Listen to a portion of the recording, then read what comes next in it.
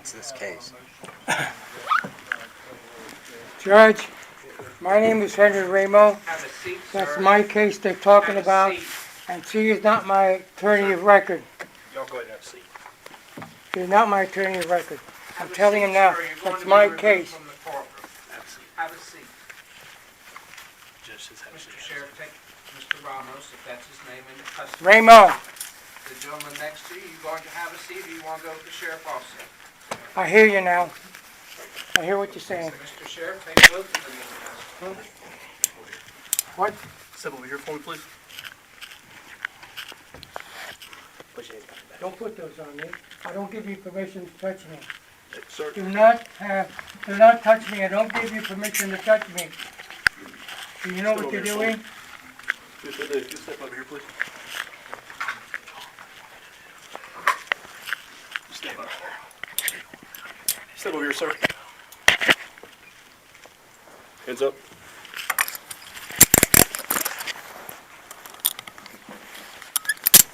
All right. Place him in the box for now. Excuse me? I guess so they can witness what's Who you going want? on. Both these are in custody. Come with me. Grab the other one. Mr. Sheriff, Nice to meet you. He's 86 years old. This one? yes, Yes, sir. since he's a partner, Right here, sir. at least if he can. I can't understand what you're saying. What you saying? I don't know what you did. Must have been bad. Greetings, Internet. I'm sorry that this will not be a professional presentation, as I am not a professional presenter, but I believe that this story must be told. The audio that you just heard was of myself and Henry Ramo getting arrested at court on March 26th of 2018. My name is Jonathan Cross, and on May 23rd of 2011, I bought this tractor. About September of 2011, I hired an attorney to file this lawsuit, which you can see that he clearly changed the numbers for his own agenda. I had to study law. I spent years down at a law library reading case law and figuring out the decisions of court and why judges decide the things that they decide. Law is a gift given to all mankind by the Creator above, and we all have equal right and equal access to it. But it doesn't seem that way right now. This is Henry Ramo and his family. Henry, Joni, Lowell, Glenn, and Gregory. Henry, at the beginning of 2018, approached me about a situation. See, back in 2013, in April of 2013, his then wife went to the court for a restraining order. It was kind of whack, but that's what the courts are there for, right? Anyways, on April 3rd, the judge did not find enough reason to give her that restraining order. So she went back on April 5th, and Mack, the man you heard in that audio, did grant her the restraining order. On April 19th, they went to court, each of them having an attorney, and this consent order was filed, nullifying the previous restraining order. So Lowell, Joni, and Henry went over to Henry's house when his wife was out of town on the 28th of November. I believe it was Thanksgiving Day, and they knew that she would be out of town. They went over there to collect Henry's personal belongings and property, which his attorney told him he could go and collect, and to just go over there at a time where she wouldn't be there so that there wouldn't be any incidents or fuss. On December 13th of that same year, 2013, Josephine went out and swore out these warrants against Henry, Joni, and Lone. And on Henry's a warrant for arrest, it says domestic criminal trespass. I don't understand how somebody can get charged for trespassing domestically. If it is domestic, it is yours and it is your property. So how do you get charged with trespassing on your own property? I'll never understand that. Anyways, after that, the attorney who gave them the bad legal advice ended up passing away, and his son, Boyd B. Massagee III, ended up filing a complaint against Baba. The complaint was unverified, and Baba is actually Henry. Sorry about that, you guys. Like I told you, this isn't professional. He filed a complaint against Henry, and it was unverified. When he filed the complaint against Henry, he also added in this contract where it says, in good consideration of mutual promise and other good and valuable consideration. And I don't know about you, but if somebody gave me legal advice, especially if they were an attorney, that resulted in my arrest and, being detained in handcuffs, I would not believe that to be good and valuable consideration. So, anyways, after Henry got the complaint, he didn't know what to do. Like most people, he went to an attorney. He first had Jean Johnson, and then he went to this woman, Barbara Lubin. Barbara Lubin used threats and coercion to end up getting Henry to testify against himself in the form of interrogatories. She told Henry that if he didn't answer the interrogatories that he, in fact, was not qualified to answer, that he would be held in contempt and thrown in jail. So, under duress, Henry answered the interrogatories that he was not qualified to answer. Getting back to the verified complaint, there's a reason why complaints have to be verified, and that is because for you to drag somebody into an open court of law, you have to be willing to say under the penalty of perjury what that man or woman did wrong to you.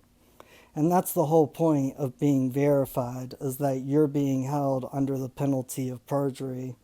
See, Boyd B. Massagee, since he could not verify that the debt was true and owed, he just sued Henry, and then he was going to get Henry to verify against himself with the interrogatories. Henry asked for my counsel and advice on what to do in this situation, and I told him that it would be pretty easy. All he had to do was resend his answers, because he was not competent to answer those legal questions. And then he would just show up at court as a man and present himself rather than representing his person. And then he could just declare in an open court that Massagee filed a false claim into the public, and thereby getting it pushed out of the way. And with that being said, I'm going to allow you, the audience, to listen to the court clerk that morning and then to the courtroom later that morning. But first, we're going to listen to certain parts of a conversation that I had with the high clerk the week before. Thank you very much, and please stay tuned. Here's the thing, is that, the clerks here, they keep asking, you want, you need, you want, you need. And we're not wanting, we're not needing people. God provides all. Okay, so we're not wanting, we're not needing. We require certain things. We require that public servants do their duties, obligations, and privileges. And yesterday we came in and I tried setting up an appointed time to have her hearing, because her congregation wishes to see this matter. They wish to be at court, and they don't have all day to sit around for 8 hours, because if it's anything like any other courthouse I've ever been into, then we're going to get there at 9 o'clock, and they're probably going to hear the case when the courthouse is cleared out by 4 or 4:30, because they don't wish for anybody to hear what she's about to say and about to do in an open court. And if I were an attorney who got paid $50,000 to handle this case, and I came in here and said, I'm going to be required to be up in Asheville at 12:30 or 1 o'clock, I have to have a meeting, I have to have a hearing at 11:30, I'm sure more than likely y'all schedule it out just right then. Well, we, as the clerk's office, do not schedule any specific matters. Is it a 50B? Yeah, it's 50B. Okay. All 50Bs are set for 9 o'clock on the day of that court, because that's just the way it's done. And then the judge, whoever's hearing it, because we're not the judge wants whoever's in that court, they are the ones that decide when those are heard. We have no control over that. We have no control to set it at any given time. So when we get their cases together for them that day, we give those to the judge that's presiding in that court that day, and they're all set at 9 o'clock. We have no authority to set any time Okay, at all. well, when I was here before, you told me that there's no way that we can communicate with the judge. No way at all. So we're letting you know you can communicate with the judge, and you can inform us if we can just set a time so that this congregation of people can show up. Well, when you were here last time, you were asked, I just asked if you were going to represent her, and I said, if you're an attorney, that's great. I can't represent anybody. Okay. Okay, she doesn't even know how to represent I herself. will be happy to mention to the judge tomorrow. Is it set for tomorrow? Yeah, it's up for tomorrow. Okay, I will be happy to tell the judge that y'all would like to hear it at 11:30, but it's up to whoever is on that bench whether or not Peter they Knight do will it. be the man sitting on that bench. Okay, well, somebody can let him know that y'all would like Well, to be heard at 11:30, but I can't. I called last night and left them a message on their answering Okay. machine. Okay? So, but here's the thing, is that since time immemorial, it's been the clerk of court's job to summons court whenever there's a wrong that happens to a man, a member of the public, or a woman, a member of the public, for them to summons court in open court and, summons the judge, summons the clerk. If we have to, we go out and get the jury so that they can sit in judgment of whoever did wrong. And it's the clerk's duty and obligation to summons that court together and notify all parties of when that court will be held. All I can tell you is the judge sets the court date. They're all set at 9 o'clock. We take all their files up there to them on the date that it's set. Okay, so we've gotten And, past that. I'm I'm just saying that if I that's- were an attorney and I required to have it at 11:30, I bet y'all would be really likely to work with me. That's not my job. It would be the I it would be the understand district that. court I judge's understand job that, to but decide. set up an appointment with you. I was telling you I was doing it out of respect because I wish for you to know that we're not trying to war. We're not trying to fight with anybody. We're just coming in here and Right. trying to separate right from wrong. That's all we're trying to do. And all we are the keeper of the records. We don't. we don't set those dates. I know that y'all are just the keeper of the records, and I'm telling you that this is just historically, 150 years ago, if I had a problem, I would go down to the courthouse and I would speak with the clerk of court and I would give them some paperwork and they would summons the judge and they would summons a clerk and they would convene court. They would give me a summons to go hand to the sheriff, and if the man didn't come down, then I could get a warrant and hand it to the sheriff, and it'd be the clerk's job to sign the warrant after the judge had witnessed that the man didn't appear, and I'd hand that to the sheriff, and the sheriff would go and drag him in before my court so that I could say, that man did me wrong, and this is your last time to say your piece, otherwise I'm going to move for a final judgment. Yeah, there's all kinds of general statutes now, as you probably know, North Carolina general statutes. Nah, I don't know anything about statutes. Okay. Well, the legislature meets, our state legislature meets, and they create all these laws that tell you They create statutes, Right. what you just said. And the word statute comes from the word statue because back in Roman times, statues, like people would worship statues, and these gods would say you can't do this and you can't do that. And that's how the authoritarian structure kept people in line. Today, they just add one T to that word, and instead of, worshiping an idolatry god, right, now it's a statute that's created by the state, but the state's not God. Like this very wise man said back in about 1600 or something, he said, hey, look, when the British Parliament can order the sun not to come up and the sun doesn't rise, I'll follow their law. You know, other than that, there's this higher law. Well, I'm not an expert in all that, and you know much more history than I know. I just know that what we're required to do, the judge tells us to process. Yeah. Okay, and I mean, you do understand, like, your duty and obligation to file, like, a common law claim, correct? If you bring something in and you want it filed in an existing case, No, if they're going to open up a case. then you, of course, if you pay the filing fee and you bring whatever, we Okay. file whatever. Just show me where the filing fee is for assumpsit or trespass on the case, and I'll pay whatever it is. Well, we don't have forms. Do you know what you're going to file? Yeah, I know exactly what I'm going to file. Okay. Well, once you bring that paperwork in, I can tell you're going to file it in Superior Court or District Court. Okay. You know which one you're going to file it in, because that depends on the filing fee. I have no clue which one I'm going to file it in, but I do Okay. understand the filing fee. Okay. As long as you understand that it's a common law action. I just take the paperwork. I don't hear the cases when it comes to Yeah, civil cases. I know that. So you tell me know what that. you want it. Yes, when you bring in the file, whatever you bring in to file, if you have the paperwork and you tell us which court, Superior or District that you want to file it in, we will tell you the file. I will be happy to go find the filing fee out for both.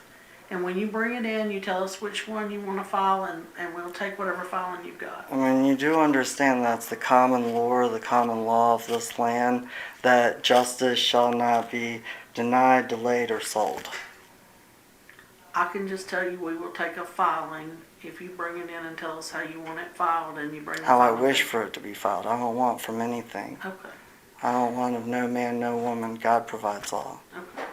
Well, whatever you wish to be filed, you bring it in, you tell us what court you want it to be filed in, and we'll be happy to file it in the court that you would like for it to be filed in.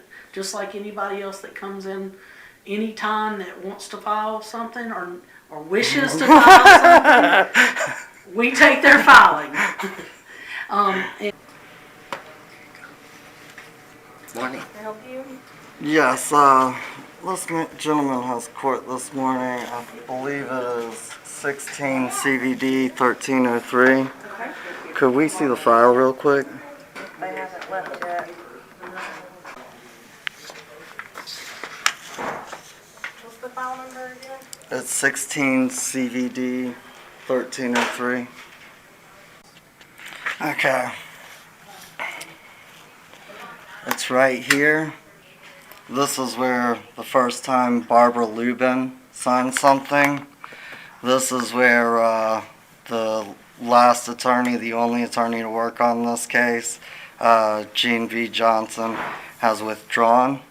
And there is no notice of an appearance by an attorney. And if you could just look through these and make sure that I'm correct on that, because we wish for you to certify a document saying that there's no attorney on the record.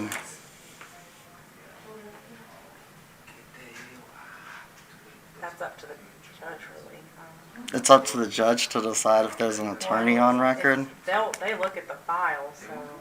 Okay, and I'm just asking you to look through these pages right here so that you can witness and certify that there's no attorney on record, because I went ahead and marked the first place Barbara Lubin put something into the court, but she never makes a notice of appearance. She has no business appearing in this My case. supervisor was helping you last time, and she told you we're not allowed to certify or put anything in writing, that we're not allowed to do that.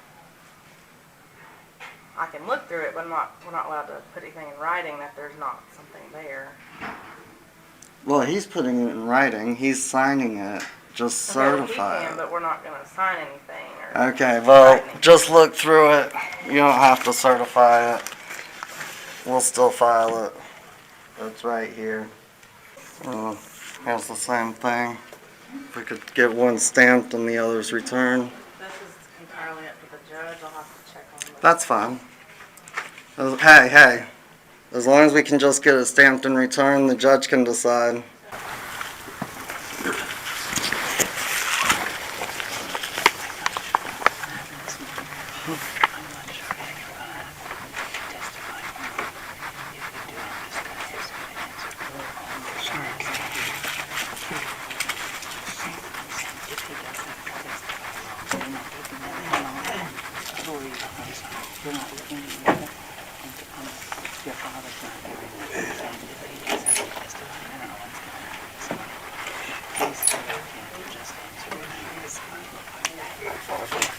My father has another point of reference. He'll make that clear.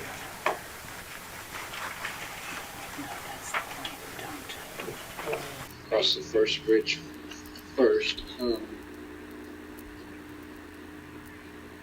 I was an employee of Prince Youngblood, Massagee, and Jackson in 1988, I believe, until 1990, approximately somewhere in that time frame. Other than court or socially saying hello or whatever in the hallway, I've had no relationship to that firm in the intervening 20, however many years that's been, 28 or so years. But I have that prior relationship. Is there any objection from the defendant to my hearing this matter? I'm going to keep reading through the pleadings then.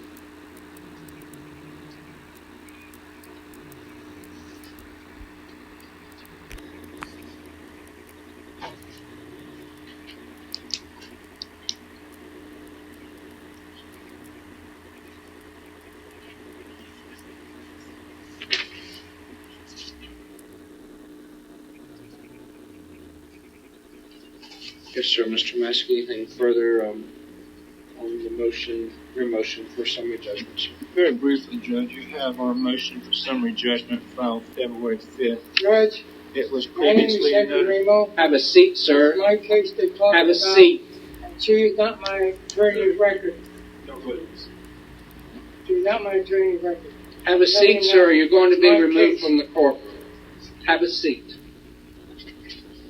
Mr. Sheriff, take Mr. Ramos, if that's his name, into custody. Ramo. Please. The gentleman next to you, you going to have a seat, or you want to go with the sheriff also? I hear you now. I hear what you're saying. Mr. Sheriff, take both of them into custody. What?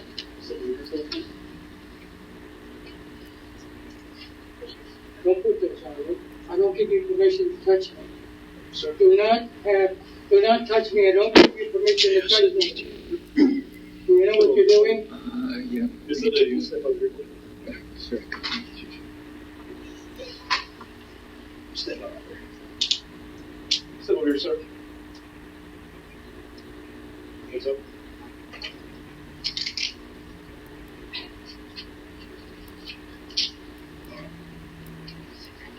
Closing the box for them. I guess so, so they can witness what's going on.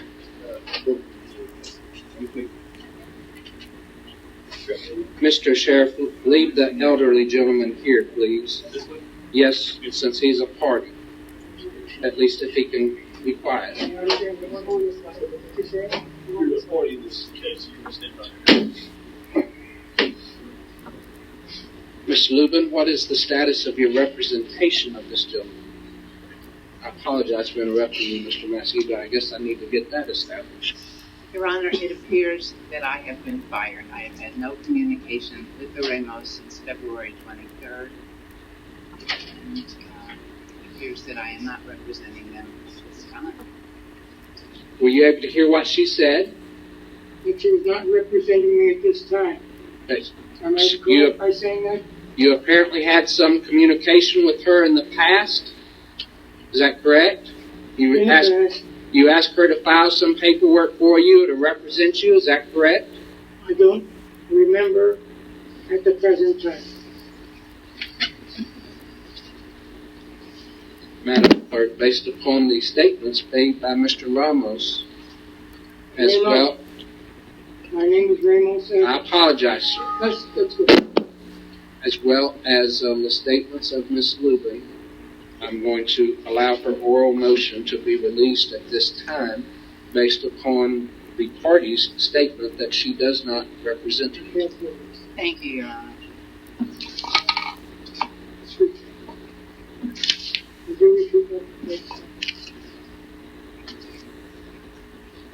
I'm going to release you now so that he can be seated there, please.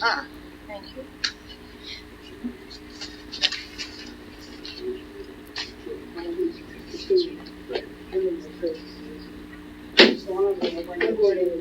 We will bring it to you. Thank you. Those are, you don't have to. Just 87 years old, That's fine. don't do that. Mr. Sheriff, Trust me, I'll take do. him on out. Yes. Everything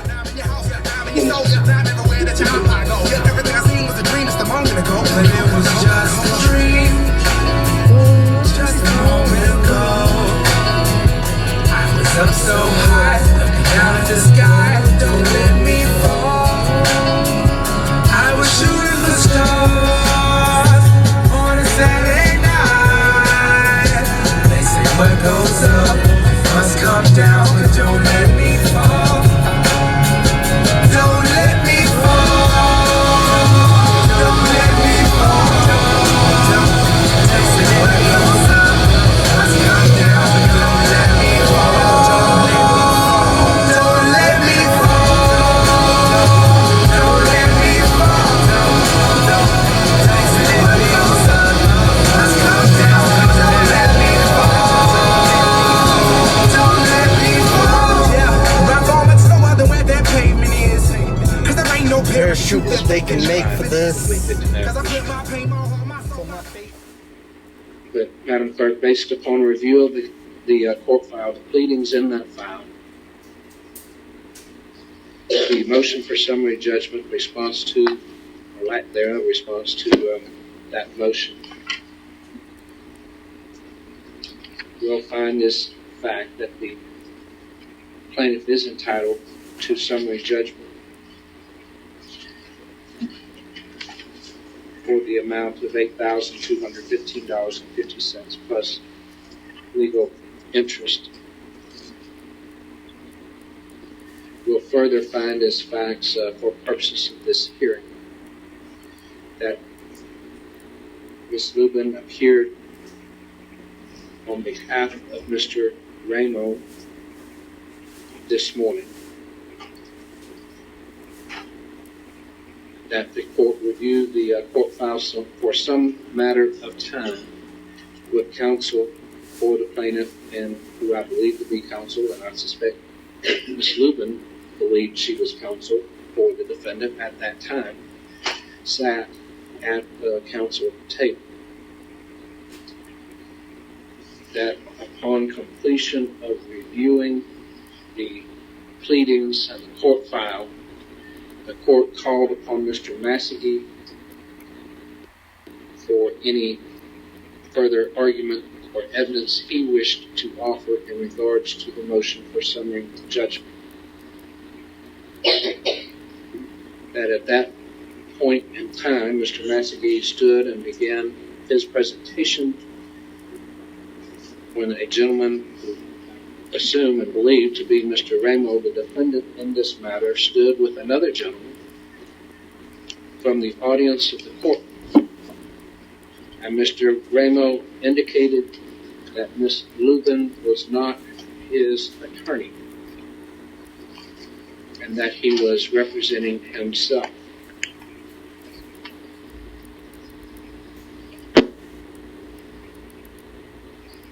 That after several attempts to have Mr. Ramo remain quiet enough for the proceedings to continue, he had to be or was removed by order of the court from the courtroom.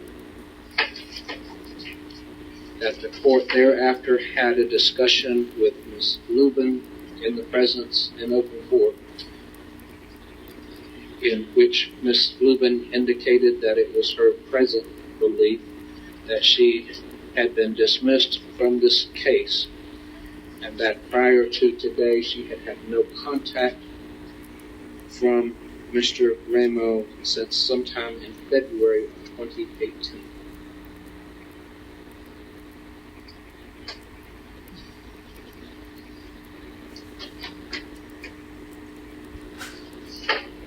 The court has entered this order for summary judgment without the defendant present in the court because of the defendant's behavior or lack thereof in the court. Anything further, Ms. Lubin, that you wish to offer for purposes of that judgment? Anything further, Mr. Massagee? Briefly, Judge. First, I don't believe until Mr. Ramos said this morning that Ms. Lubin was aware she was not representing him. That was my understanding. That's my understanding. And I believe, well, it was my impression that we all learned that this morning. I believe that to be the case. I don't speak for Ms. Lubin, but I was able to see her expression, and it was my interpretation that she was learning that along with the rest of us this morning. Thank you, Judge. And lastly, I think you may have just entered judgment and judgment rate. The actual contract, however, is 1.5%. Yes, sir. Per annum compounded month. Yes, sir. Is that what the judgment would be for today? Yes, sir. It would be consistent with it.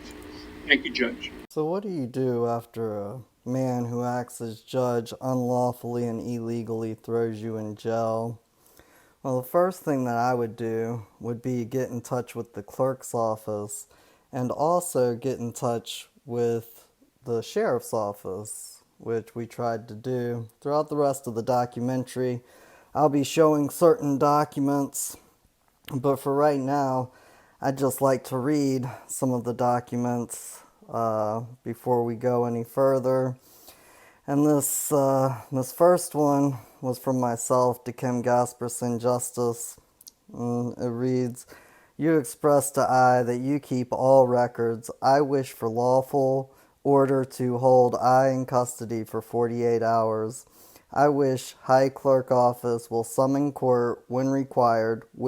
I wish court discover law, and I wish to secure my safety and rights for I to swear out a warrant." Because that's another thing you do when people break the law, is you swear out a warrant for them. Because if people do not get held liable for their actions, they tend to commit the same crimes. This is a document from Henry Ramo to Josh Stein, who's the Attorney General of North Carolina. "I believe you are the man charged by the Governor of North Carolina to maintain law and order upon the land. I wish to inform you that Thomas McAvoy Britton Mack does and did break law in case number 16 CVD 1303 at Henderson County Public Courthouse. I believe you are the man with duty to act as attorney for state officers. As said officer's attorney, I present public notice for your file and trust you will legally advise your clients of their common law duties and obligations to that of mankind."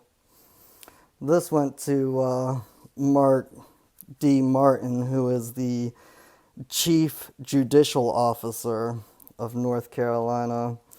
And it says, "I am Henry Ramo, who believes Mark is the man who acts sometimes as Chief Justice of North Carolina. I believe as Chief Justice, you have duty and obligation to train, monitor, and discipline any man or woman who acts under the judicial branch of government, because Mark Martin is the highest point of the hierarchy of the judicial branch, and he is liable for all the people who come under his authority."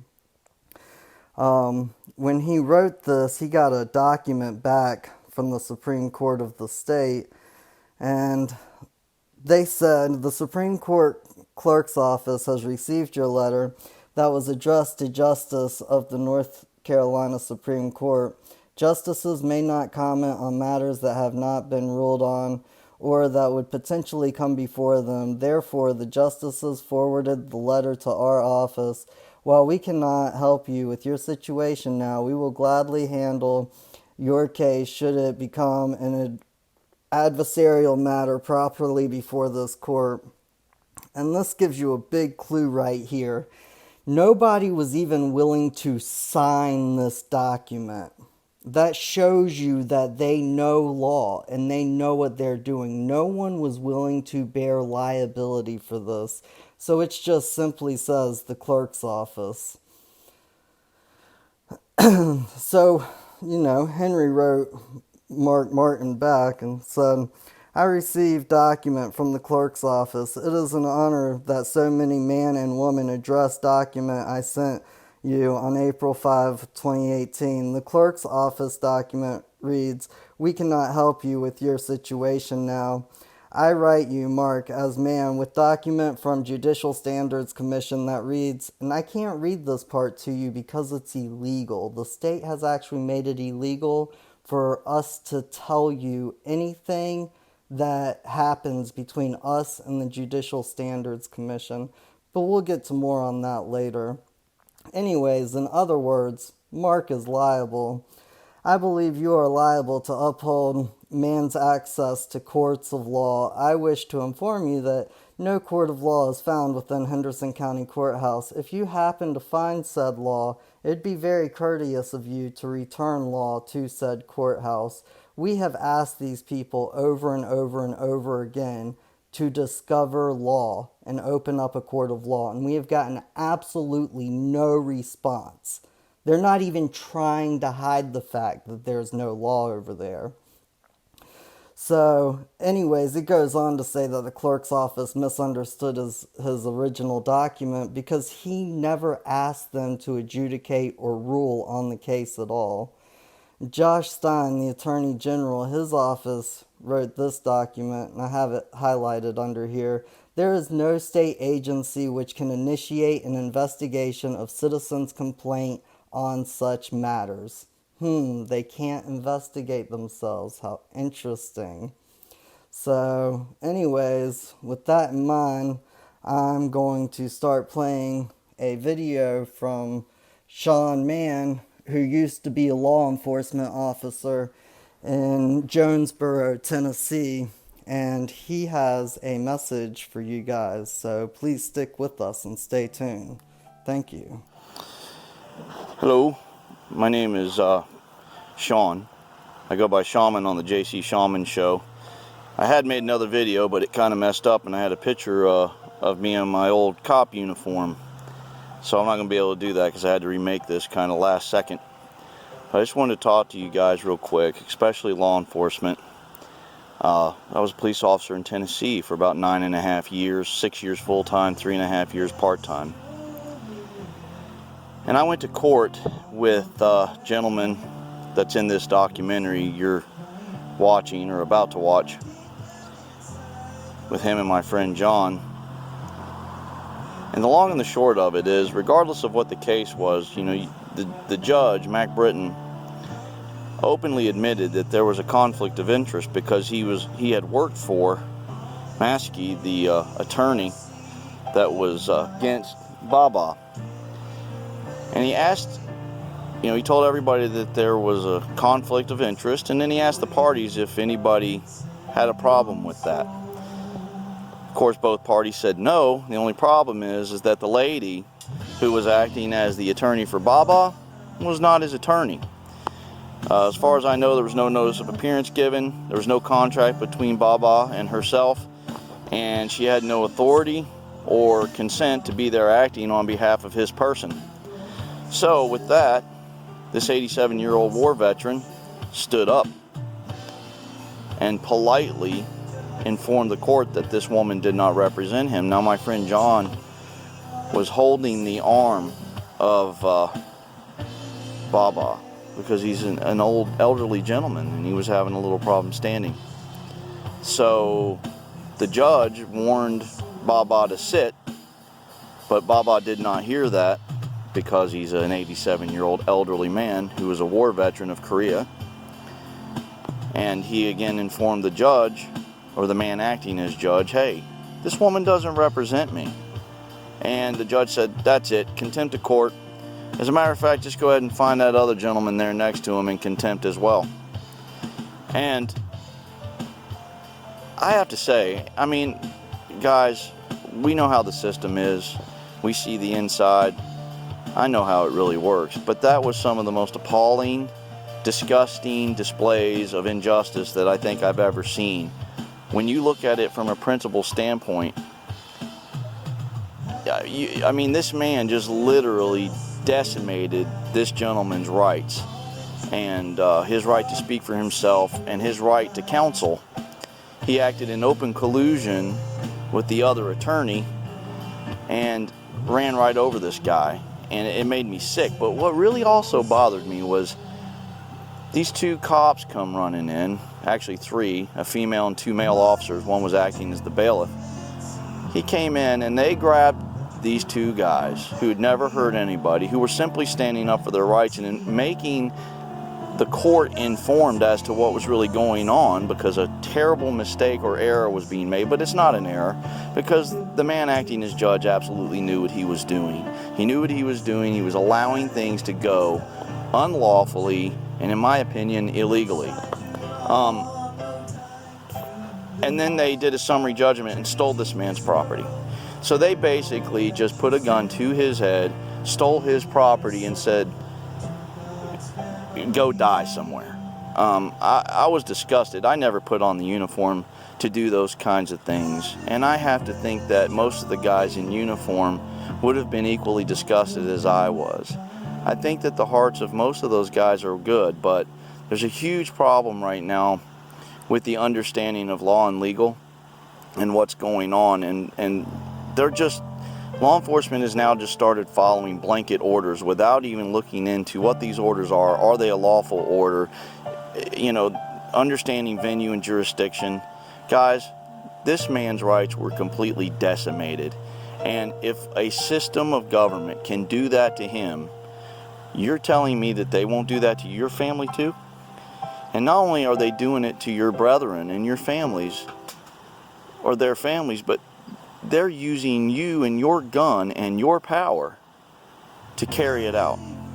Guys, I'm asking you, before this thing goes too far and the public loses their minds over this kind of thing, think about what you're doing.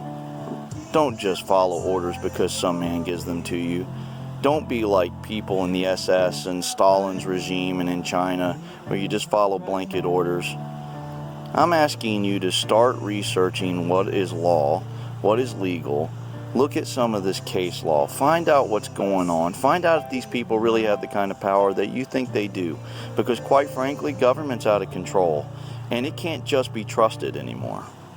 So, as a former police officer, I'm appealing to you guys. Look into the circumstances and evidence of this case that you're watching in this documentary. Don't just think everybody's a sovereign citizen and crazy because they stand up for what they believe in and they stand up for their rights. This man's rights were absolutely disregarded. So remember, the government gets power from consent of the government. He didn't give his consent. So enjoy the video, enjoy the documentary, look into it, and God bless us all to do the right thing. Thank you. I just knew it was phony. I said to myself, why would he make this whole case up here and this big show for the whole courtroom when he really was just allowing him, Massagee, to collect monies that was never even owed to him. It wasn't owed to him, certainly. He claims it was owed to his father, but I just couldn't understand why they did that. Until I realized, well, that's what the deal was. So they could get the money or the judgment against my father without him being able to say that he had no right to collect money from him. It wasn't owed. And I said to my wife, I said, this is dirty, I said. This is dirty. Why would they do that? They snookered my father. That's right. Yeah. And not only that, especially coming with a false claim and then giving the judgment against him too. If you can't see that was to get him out of that courtroom so that he can give that judgment, then you gotta be really truly blind. Because like I said, I kept saying, well, what was that about? said, I know what that was about. That was to give him, Massagee, that $8,000. He did that. Any other judge would have said, I can't even sit here and listen to this case. Much less have him arrested You know, and removed. honestly, I thought when he brought up the fact that he used to work with Massagee and for Massagee, That would have been it. well, I thought he was going to recuse himself from the case He's too crooked. and just push it off, but nope. He's too crooked. Mr. Ramo, are you able to hear me? Oh, I can, yes, sir. Do you have difficulty hearing? No, the acoustics down here very bad. Were you able to hear me when I was speaking to you when you were in the audience? No. Except once when I returned the call, and said, I don't understand what's going on. Why did you not follow the directions of the sheriff? I did after the secretary told me that. That's what I heard distinctly. What I heard distinctly is I'm 87 years old. Do not put your hands on me. Correct. That's not following the directions of the sheriff. I don't want anyone to touch me. I didn't give him permission. You understand? I told him to touch you. You did? I did. I did not hear that. Because you were just... Because you were disrupting court. I was only answering against the attorney that was not my attorney there, and she was not representing me. And I had to voice my own willingness to say that she is not my attorney. There is a proper way to do that and an improper way to do that. The way you did that this morning was not proper. I'm not an attorney, so I don't know. You're acting as your own attorney. You're deemed to know the rules. You understand that going forward? So what you're telling me now, I have to know the rules? Absolutely. The law assumes you know the rules since you are choosing to act as your own attorney. Never said I was my own attorney. Well, you don't have an attorney. You're acting as your own. Well, I was not acting as my own. If you say so, I was not. He stated she wasn't mine. He didn't say I'm the attorney. Don't say that I'm acting as an attorney. No. Sir, I'm trying very hard to avoid sending you to jail. You understand that? I hear you right now. This is not a debate. I am trained in the law. I do know what the law is. And I know what the law presumes. And I don't appreciate you questioning that. I appreciate even less you not obeying the directions of the sheriff in court when he is telling you something to do. If the sheriff comes to you at my directions and tells you to do something, you're to obey that. You may not like it, you're to obey it. You understand that, sir? I understand it. I didn't hear you the first time. All right. That's what I have to Yes, sir. I don't know if we'll share a courtroom again or not. If we do, I expect you to be orderly. If a sheriff comes to you and says do something, I expect you to do it.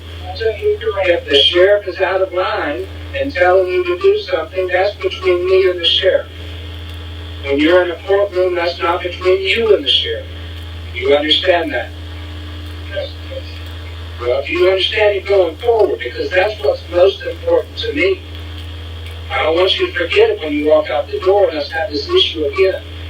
Well, sir, once I hear your most distinctly, I will listen to it. Mr. Sheriff, you may be released at this time. I want to see this fuck go to jail. The sheriff's going to take you outside now and release you. You're free to go. Good luck to you, sir. And the other gentleman will be brought later. We'll see you right outside. You.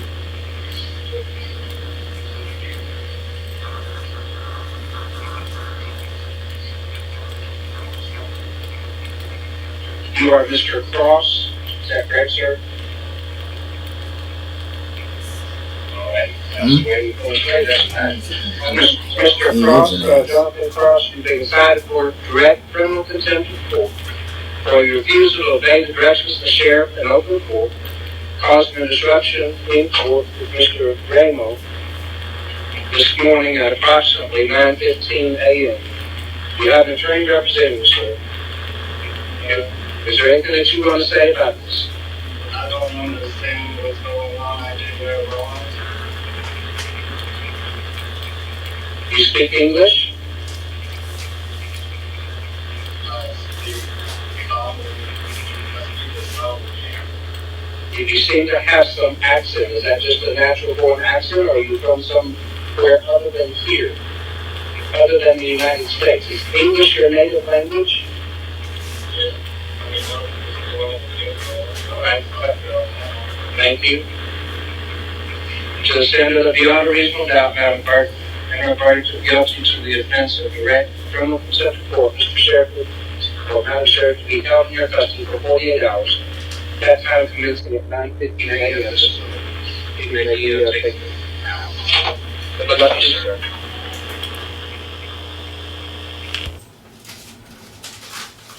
And how long after my father was in there was that record?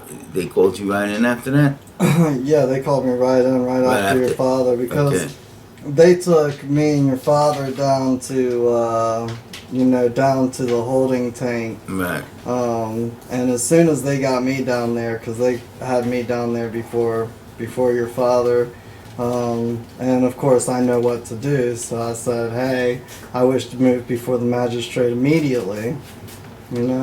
Like right now, you charge me with the crime, put me in front of the magistrate.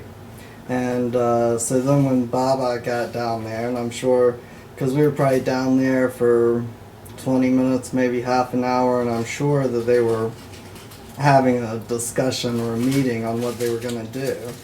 Because we went over to the Tombs, I guess, that other building, because we asked where's my father, where is he going to be? I need to go see what's going on.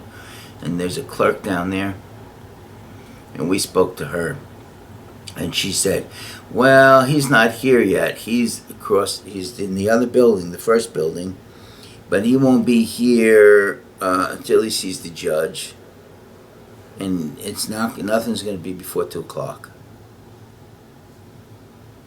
So I said, well, I told her how old my father was. I said, I want to be here. I want to know when he's released. She said, well, nothing. He's in the other building. He's going to go back before the judge. But it's not going to be before 2 o'clock, she said, or before 4 o'clock. No, she said before 4. Before 4 o'clock. That he wasn't going to, if he was going to be released, it wasn't going to be before 4 o'clock.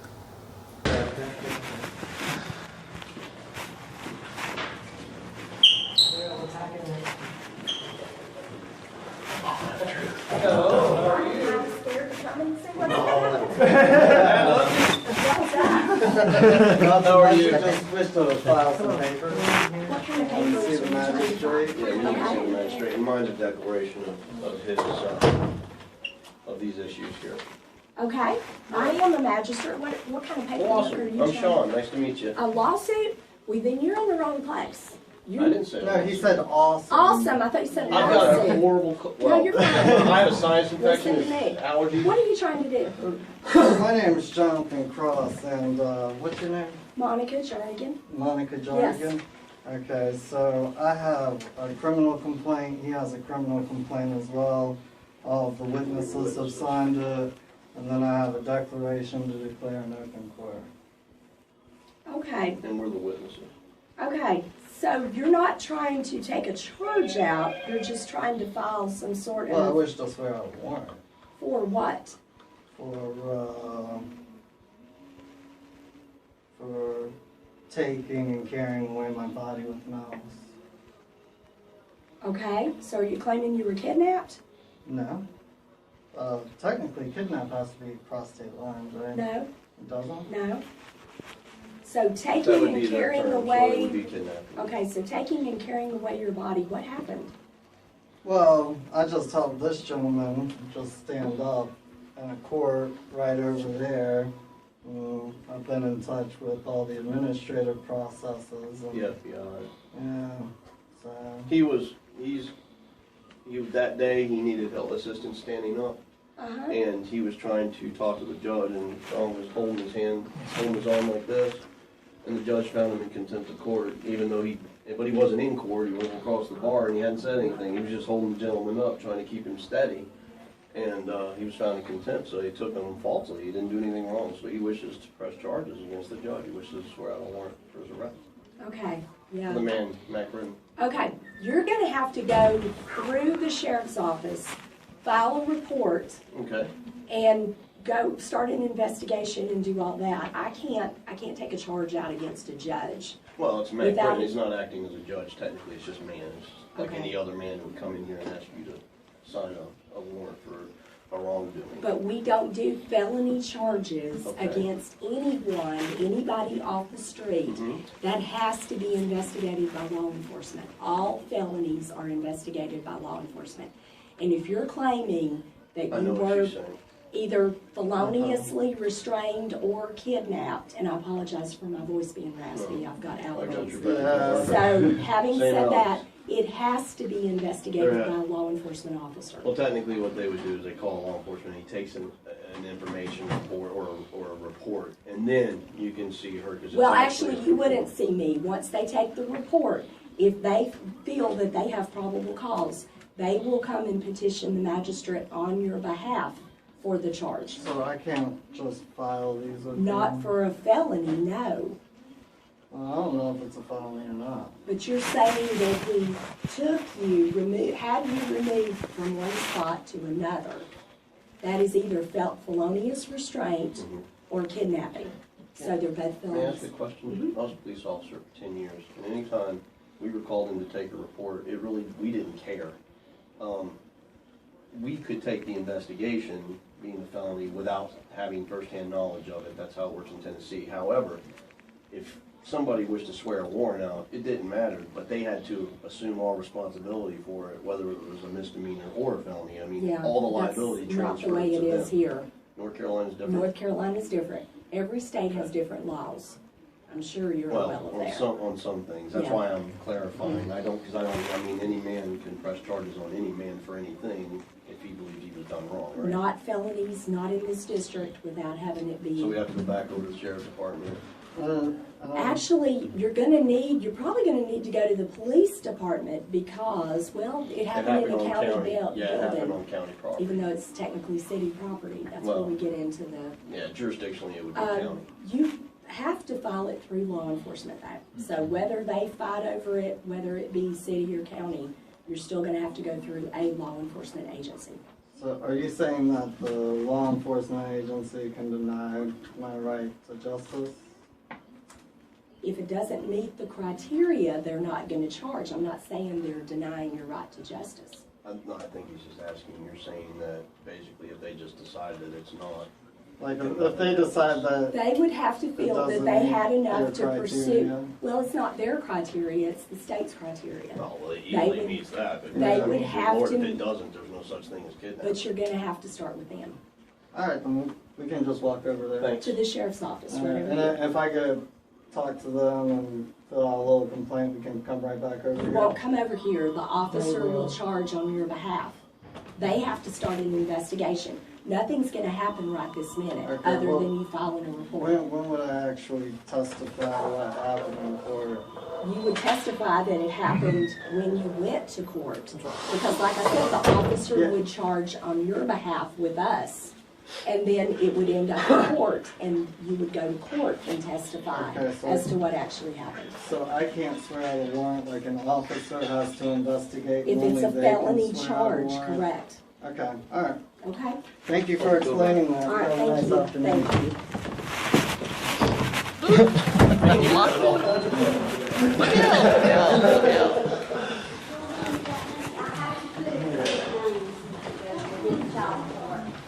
you. Down the rabbit hole.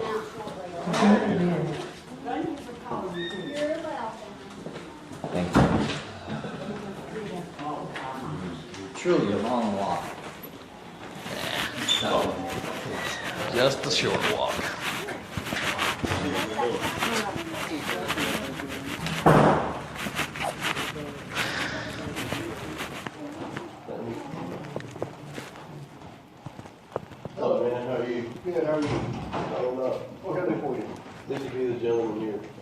What's going on? I was the I just threw something at civil process with it. I don't need to receipt. Y'all have to bring it. come up here and talk with you guys. Okay. I'm up here talking to you guys. So, okay, So what do you want me to do? well, she says that you're the only one who can go down there and swear out the law. Which doesn't make any sense. It's basically saying you have permission to file charges against somebody that you want. We didn't Okay, want to what was done wrong? Well, he had my body taken and carried away with malice. Okay. You in the courtroom? I was courtroom. Okay.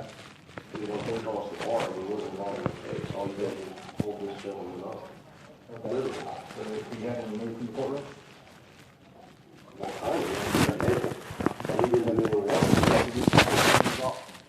His house, I can't believe anything over that. So you got one man. Okay, yeah, well, good.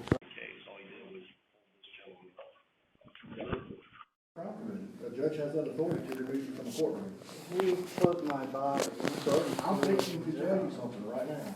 I've explained to you that there's not a crime been committed, okay? However, there's a crime been committed here. You're about to be charged with trespassing. Where our hands are tied when it comes to a district court judge. He's got all the powers in that courtroom. There's nothing else I can do for you, okay? The only thing I can advise you, if you don't like how this judge conducts business, run somebody against him when he comes up for election. Could I do it? I'm not running. I mean, sure there's nothing I can do for you. Not wanting to push the envelope. Okay. No. Okay, so I'm kind of asking you guys as man to man, I just wish to ask something. I was a cop for 10 years. Jurisdiction and venue are two different things. He does have venue, and he does have control of the courtroom. But it is limited, and if you don't do wrong, he can ask you to leave the courtroom. But to have you put in a cell is exceeding. And I know we're talking about legal determination, but right's right and wrong's wrong. In North Carolina, he has the authority to hold you in contempt for 29 days without bond. Well, yeah, I mean, if you're in court, though. If you're in his room, that's his house. Okay, so basically you guys are saying your hands tied, LT? He can hold us in contempt. Yeah, I can't do anything about it. He outranks me. All right? Yep, have a good day. All right, you too. Good luck to you. See ya. Yes, sir. Have a good one. What's your name? Sutton?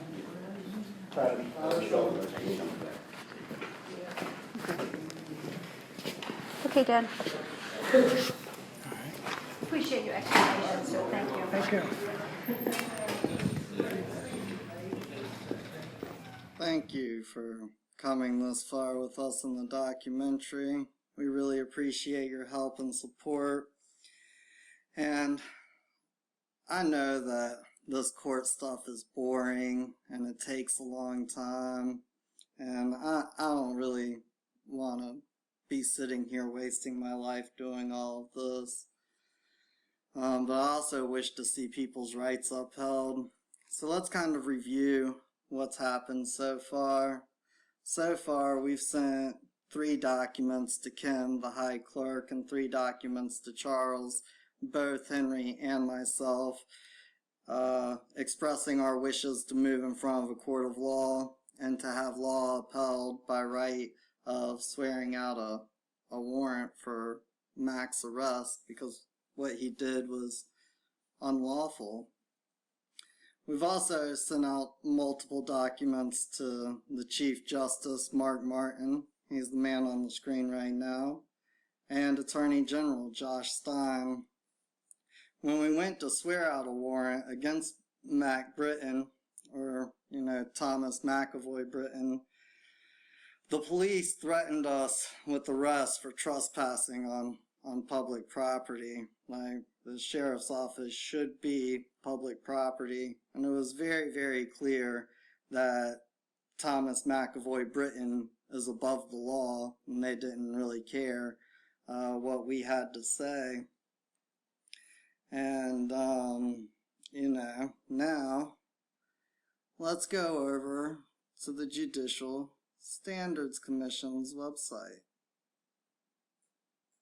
And, we're going to replay this.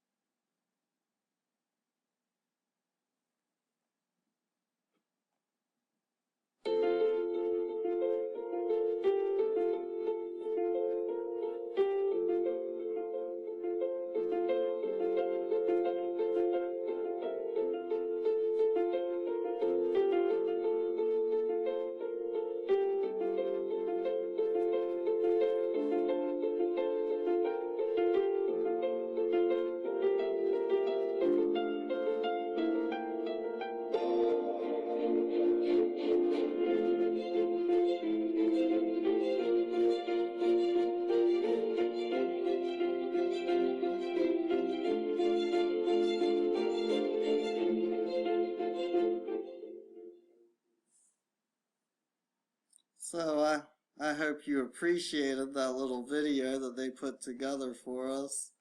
My thoughts on it are, if the public is confident in the judiciary, there's no reason to try and build public confidence. There's no reason to have something like the Judicial Standards Commission if the courthouses and the Judicial Society just followed law. So, this is the Judicial Standards Commission website. Let's see some of the disciplinary orders issued by the Supreme Court. This was in 2018. Okay, and this one against Gary L. Henderson. Here's what he did. He failed to issue a ruling for more than 2 years on a motion for an attorney's fees and expenses. So basically, he took a long time to rule on a motion for an attorney's fees. And then if we go down here to see what happened to him, he was publicly reprimanded.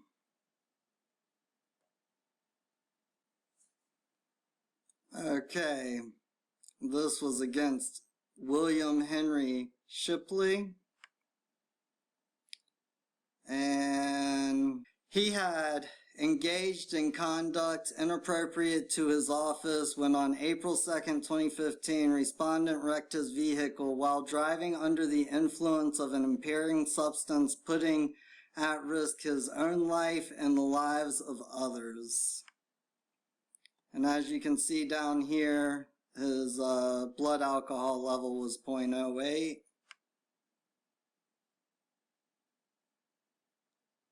And the Supreme Court gives him a public reprimand.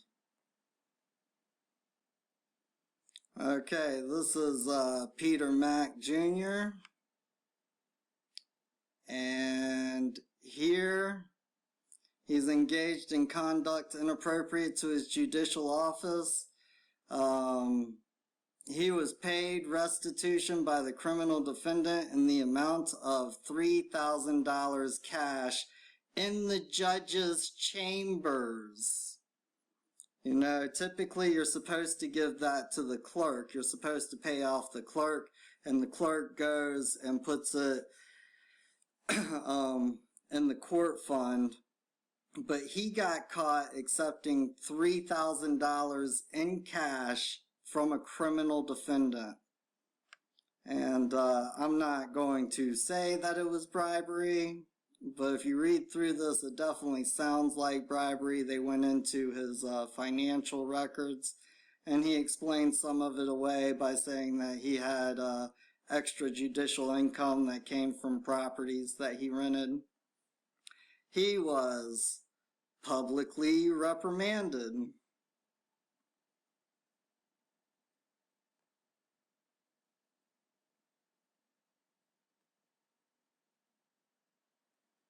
Okay, James T. Hill.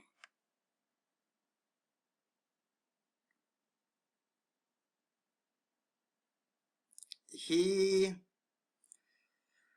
engaged in inappropriate conduct while presiding over divorce proceedings in the matter of Morrison versus Morrison. And he was basically charged with abuse of contempt power.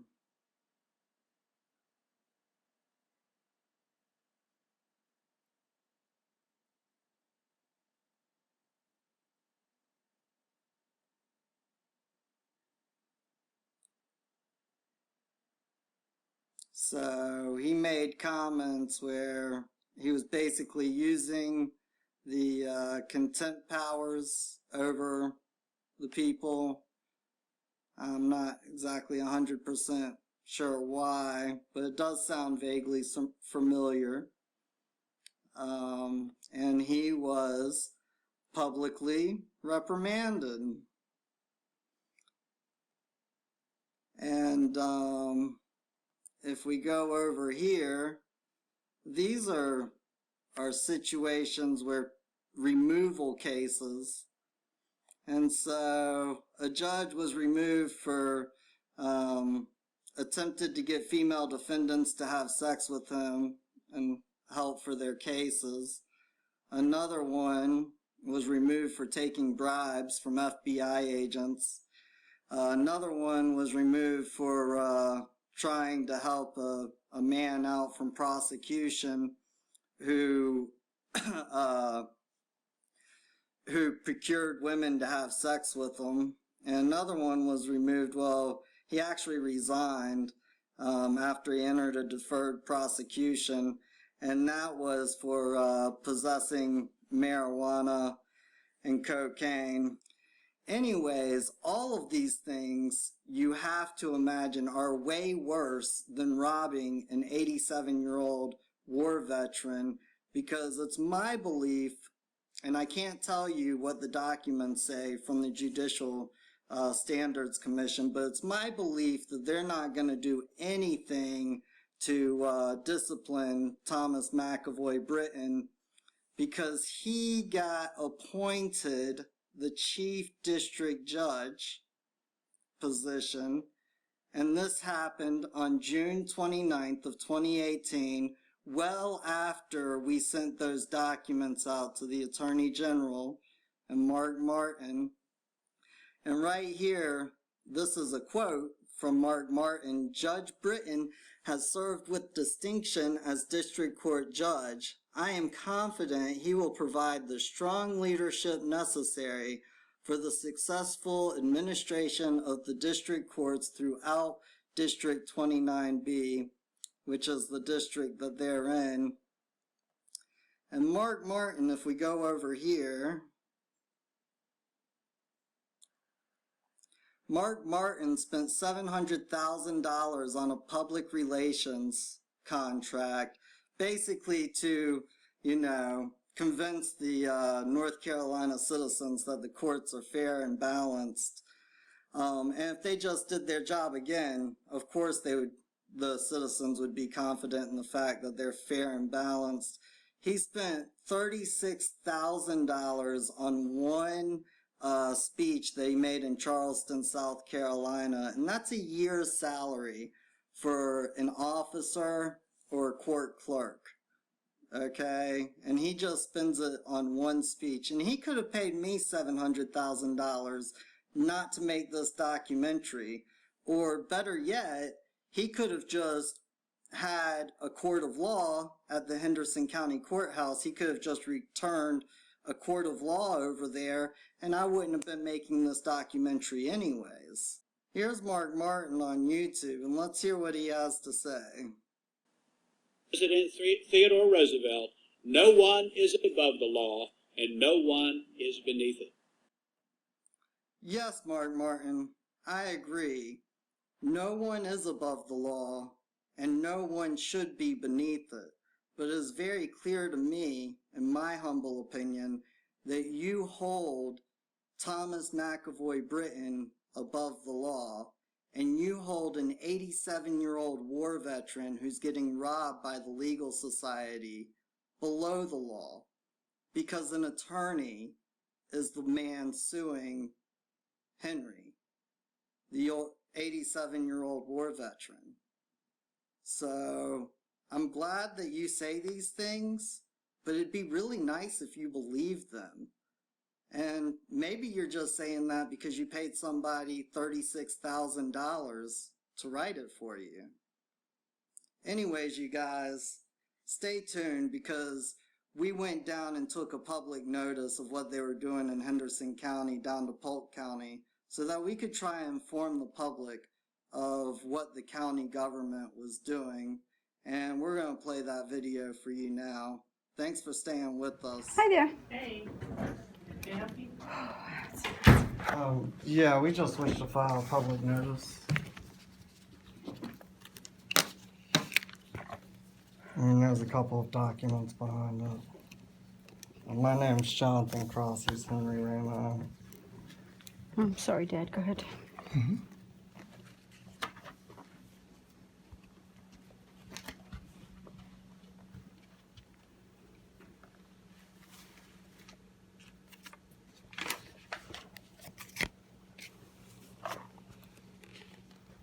Is that supposed to be? Yeah, we had all of those notarized to file them with the court, but the court refused to file them up in Henderson County. So we just wish to file a public notice to get it on the record. We can't file any of this either.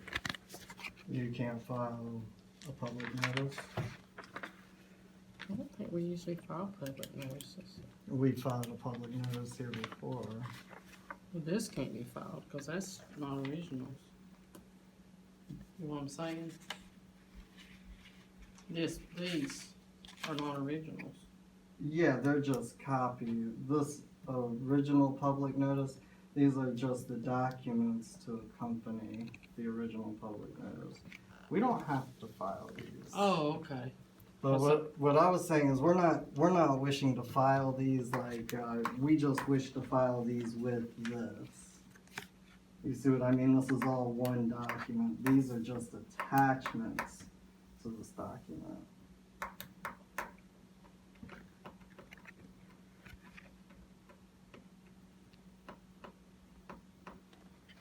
You can't file this with this? Hmm? Can you not? You mean you can't file this without these? Well, This has to be with it? Is that what you're saying? We don't wish to file this without these because, you know, basically this is just a public notice and this is just the documentation to support the public notice. So can you come back Thursday when the register deed's here? Because I don't think this will be able, I mean, even if we did file it, we wouldn't be able to read it because of the coloring. That's... Okay, well, if we could just file this, we could come back on Thursday and see if we could file this along Well, with I know that. you can't file this by itself because it's not the original. Yeah, what I'm saying is that if we could just file this today, we could come back on Thursday when the Registry of Deeds is here, and we could see, and we'd even pay the fee Can you not just again. wait to file all of it when she's here? Then it wouldn't cost you more money. Yeah, you know, I'd rather just go ahead and file this.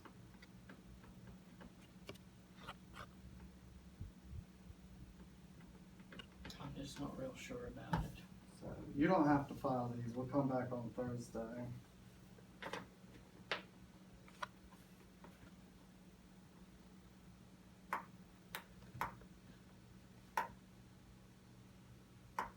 So we're not supposed to file something against people. This isn't against anybody. Because you've got in here about the judge and all those names. It's not against them. It's just public notice of what's actually going on. I mean, there's nothing in here saying that we're doing So did you already this take it? isn't a Did lien. you already take it to the clerk's office and they went and filed it? Well, see, we took all of these to the clerk's office and they wouldn't file it, which is why we're filing a public notice. Or you took it to the clerk's office? Yes.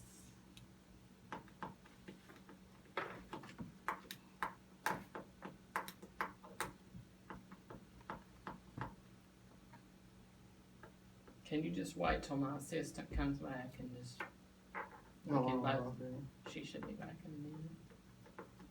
Or either you can come bring it back Thursday, so when I can let the register of deeds see it. Okay, I mean, we can wait until... She should be back in a little bit. Okay. You wanna just wait, or you wanna wait till Thursday and let the register of deeds see it? I mean, I really wish to just go ahead and file the public notice, pay for it, and then on Thursday I'll come back when the register of deeds is here. And if I have to refile it, it's fine, because I'd really like to put this with it, but if he said I can't do that right now, all I really wish for is to file this, get a book and page number.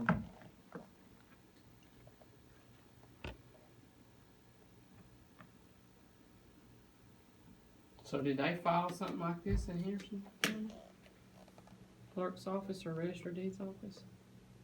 You've got these names in here. The We're not last supposed time, to do that. the last time I was down here, I guess, does the Registry of Deeds, is that the woman who works in that Mhm. room? Okay.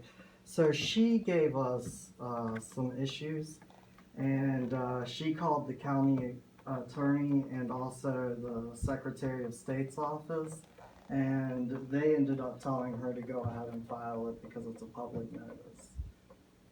And it doesn't have, like, I know and I understand that if we were putting a lien against somebody, like if we were trying to file something saying that a government official owed us money, that they cannot take that that's a felony. But this is not charging anybody with anything. This is just us saying what happened, and that's it. We're just giving public notice so that everybody in North Carolina has a record of what happened to us on Friday last week. I thought you did those in the clerk's office, the public notices. No, Not you in do here. it. You do it at the county recorder's office, which is the Registry of Deeds. So, I mean, last time she Was called. these the names that was on there? Huh? The other one? These the same names that was on the other document that was filed? Yeah, in fact, like, Joni came down with me last time, and Henry wasn't with us, so that was another thing where they said, where they said that, what was it? She didn't wish to file it because Henry wasn't down here. Right, and he's here now. Yeah, And you've got all those people's names on there. I understand. And I'll be completely liable for that. Yeah, we will be too. I really wish you would talk to the rest of these on Thursday. But you can wait and see, I'll see what the other assistant says. Okay, she's just out at lunch right now. Yeah, if you wanna come back. Yeah. What time is it? Almost 3? It's almost 3. I mean, we'll just hang out, if that's okay. We can just sit right here.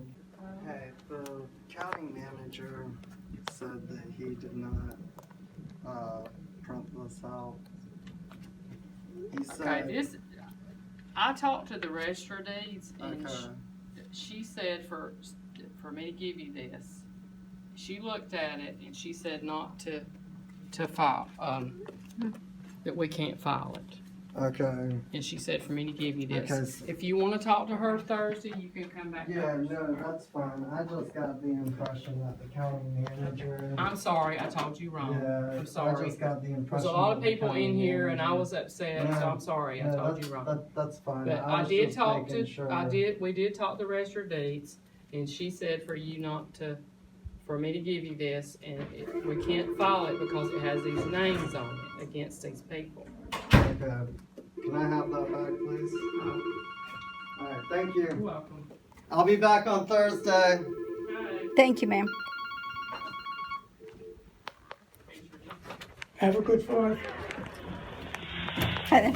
Hi. How's it going? Pretty good.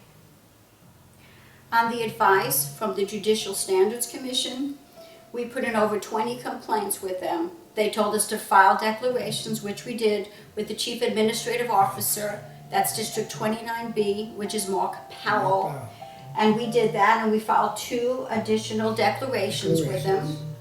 And it appears that the Chief Judicial Officer, along with the Judicial Standards Commission, as well as the FBI, who we contacted in person, will not do anything more than slap Thomas McAvoy Britton on the wrist for robbing my father of $8,000, which is almost close to $9,000 that it was. And if men with guns went out in the public and did this to anyone else, they would be thrown in jail and serve a very long prison sentence for robbing a veteran. But because this man has a judicial robe, it appears that the government will allow him to only get a slap on the wrist by a man who served my father, who served and fought for this country and had brothers who died for your freedom. Yes. Thank you. Love you, Dad. Love you too. Thank you. Make this go, Lord. How's it going, Baba? Fine, thank you. Do you remember March 26th? Oh, yeah. 2018? We went into court for you, for your case. The attorney filed a false claim. Yeah, and when we were sitting in there, because I was sitting right next to you, and you and Lon didn't know, well, y'all thought that they called your case. And I suggested that we didn't get up, the actors of the court were doing their thing, they were performing their play. And as soon as we found out that it was your case, what did you do? Well, I got up and told the judge that I'm present for my case. Yeah, and then what did he do? What did he do? He told me to keep quiet, and he sicked some policemen on me, and they shackled me. Yeah. And you were behind me, and they shackled you too. Was I talking at all? You did nothing. I didn't say one word. You did not harm anybody. I just helped you stand up. Yes, you did. Yeah, and then what they do? They took us down to a holding cell, huh? Yes. Yeah, and then of course I required the magistrate so that we could go back upstairs. And when we went before the same judge, the same man, Thomas McAvoy Britton, who had a problem with us, huh? Yes. Did that feel right to you? No, not at all. Not when we didn't have our turn in court, that I was ordered to come into court for my testimony. Yeah, so, and then he ended up letting you go? Yes, he did. And what did he do to me? Well, he was very cruel to you and put you in jail for 2 days, which was unreasonable on his part, but it must have been anger that he struck him because we violated his court procedure. I don't know if we violated his court procedure. He just didn't like the fact that I was helping you. Because if he had to follow the law, then you would have taken Massagee's bond, whom he used to work for. And I don't think he would have appreciated that at all.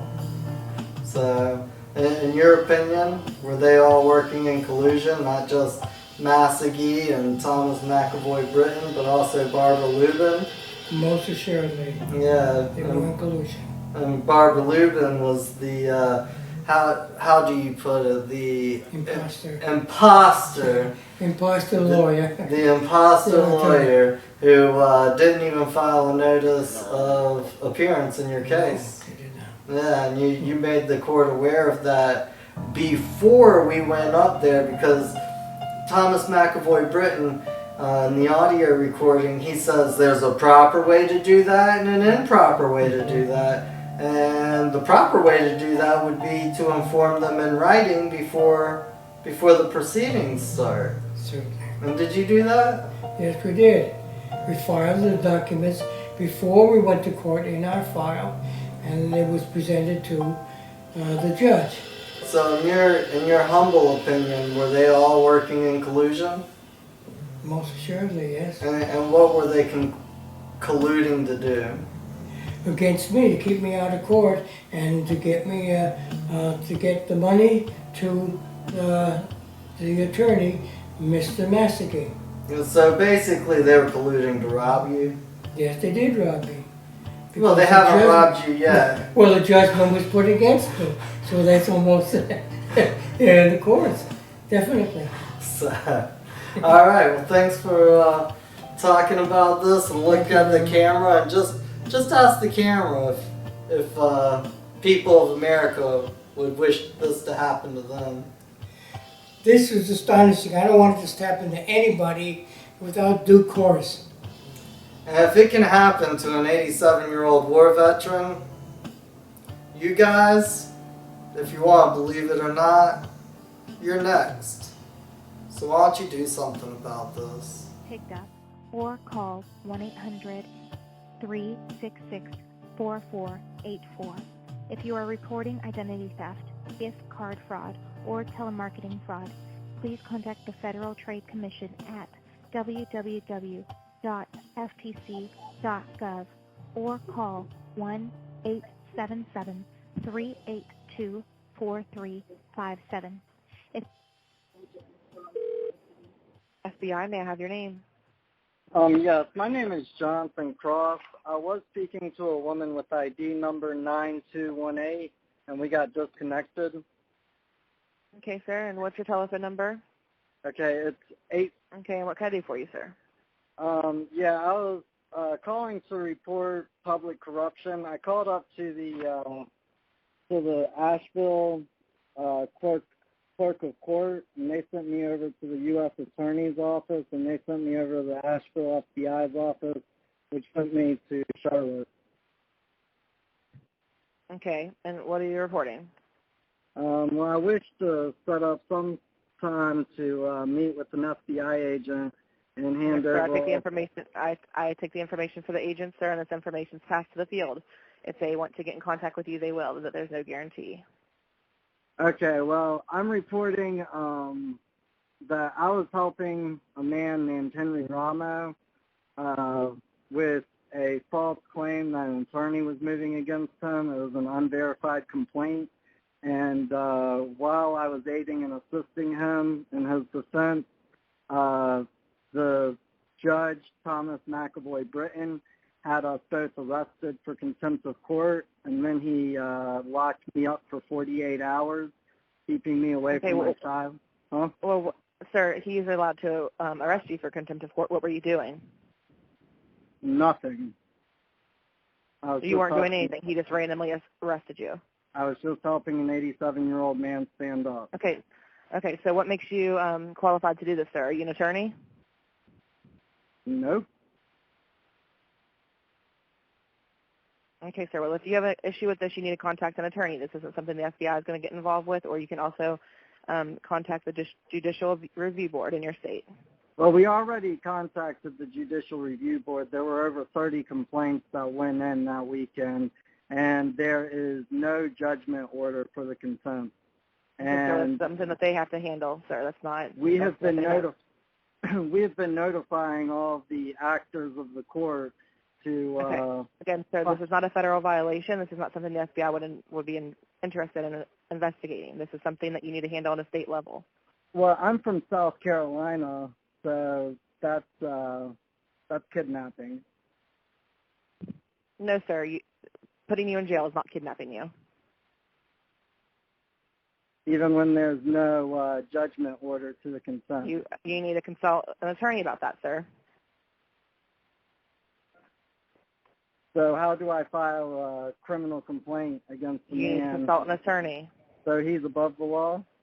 No, sir, I'm not saying that at all. I'm saying that's not kidnapping for you being put in jail. You need to consult an attorney about that if you think it's wrong. So there's nothing that I can do as an individual? I'm not telling you there's nothing you can do, sir. I'm telling you you need to consult an attorney. I'm just saying there's nothing the FBI is going to be interested in. You have a good night, sir.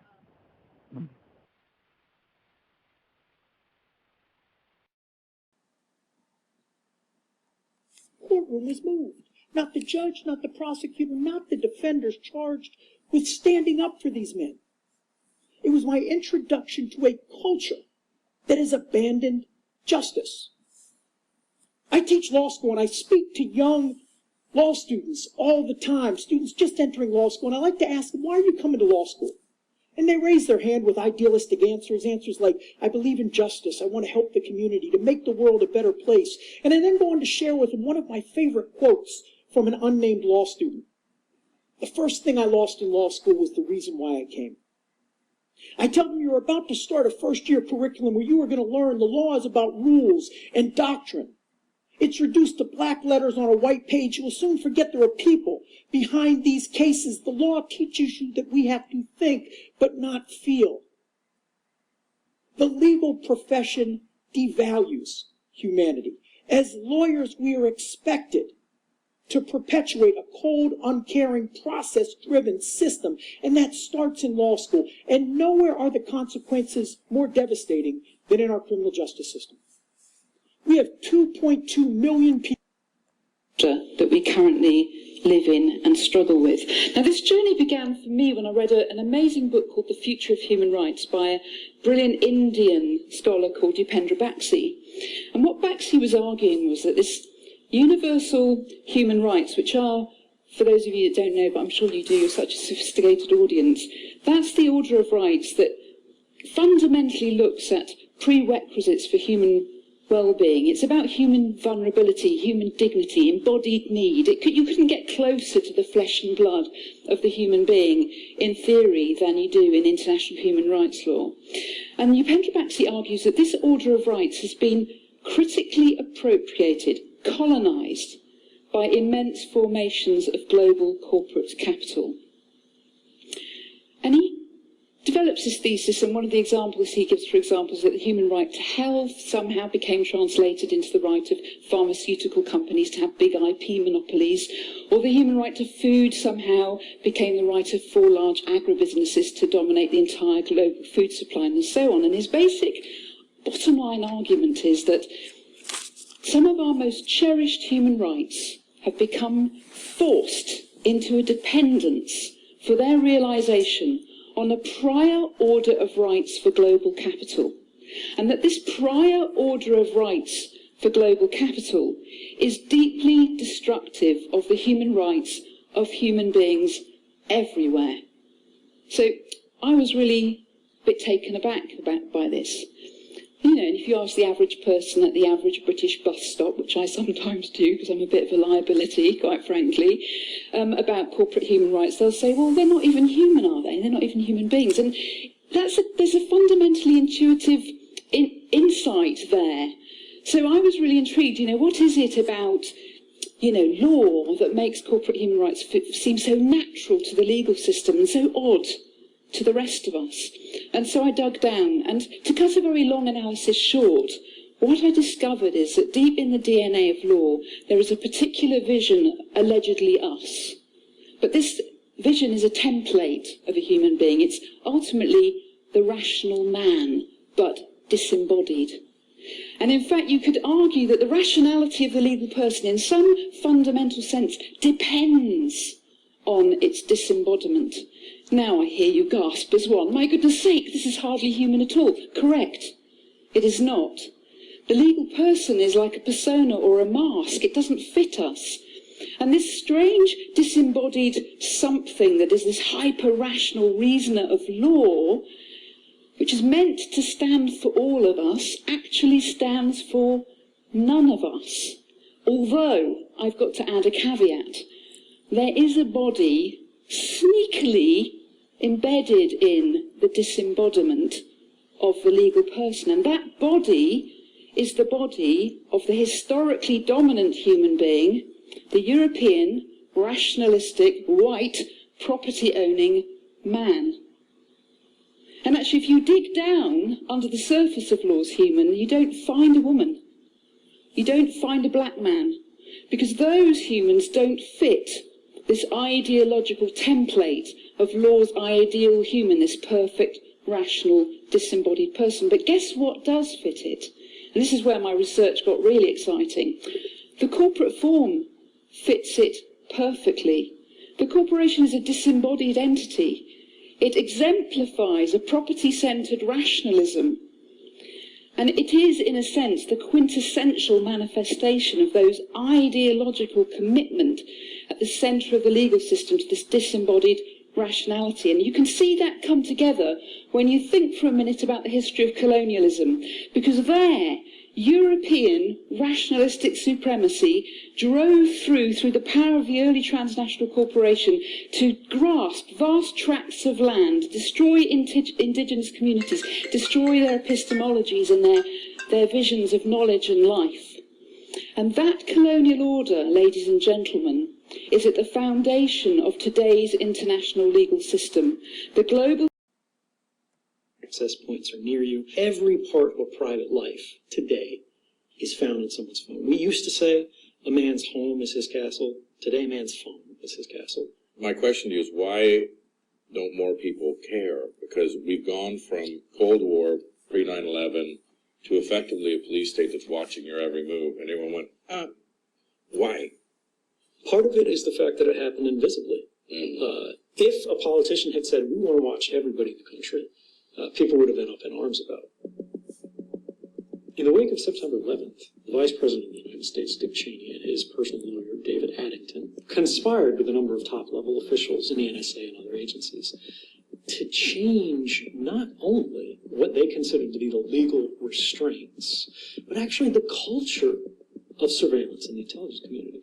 They moved from the exceptional surveillance to the surveillance of everyone. Technology has changed.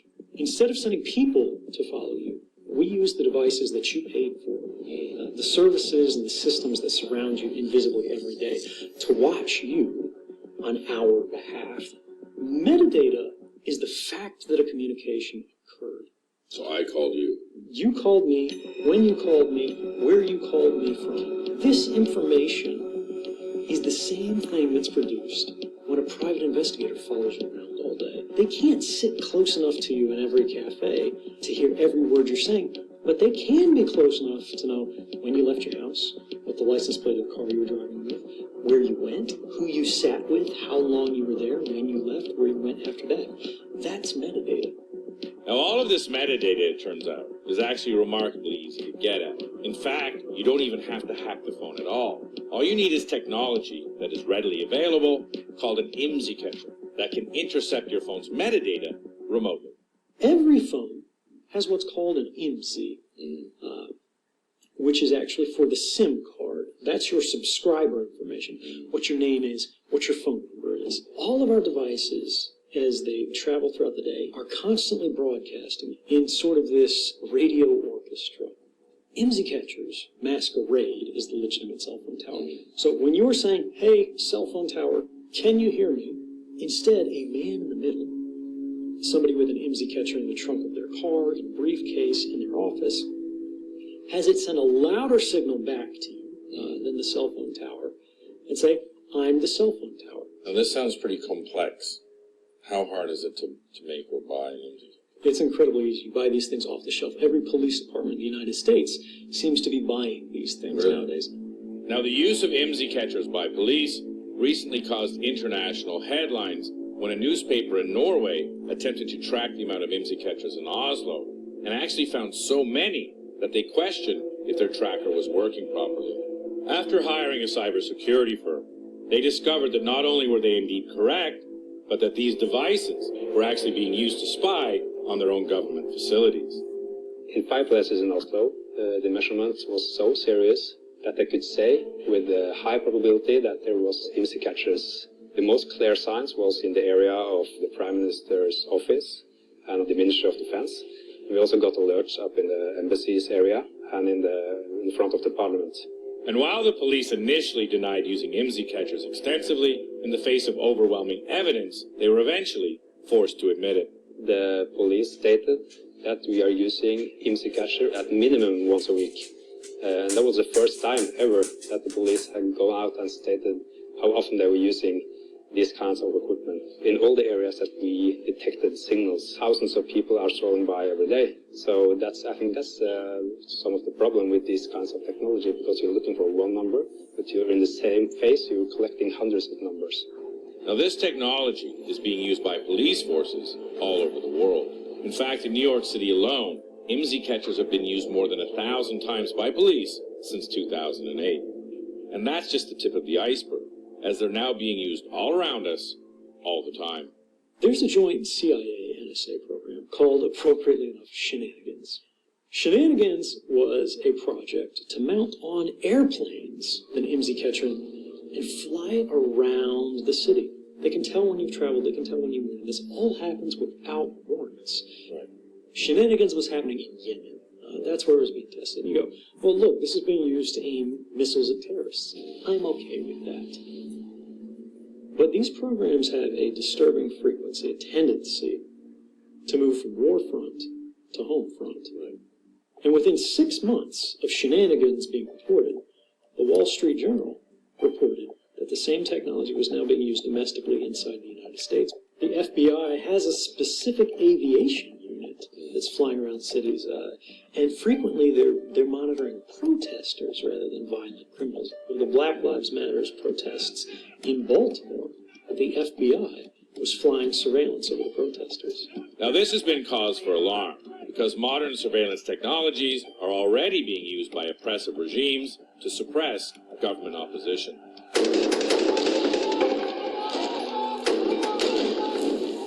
I've written a pamphlet, God's Many, and I also have chapters in the book Covenants of the Gods that address the issue of who are these gods many.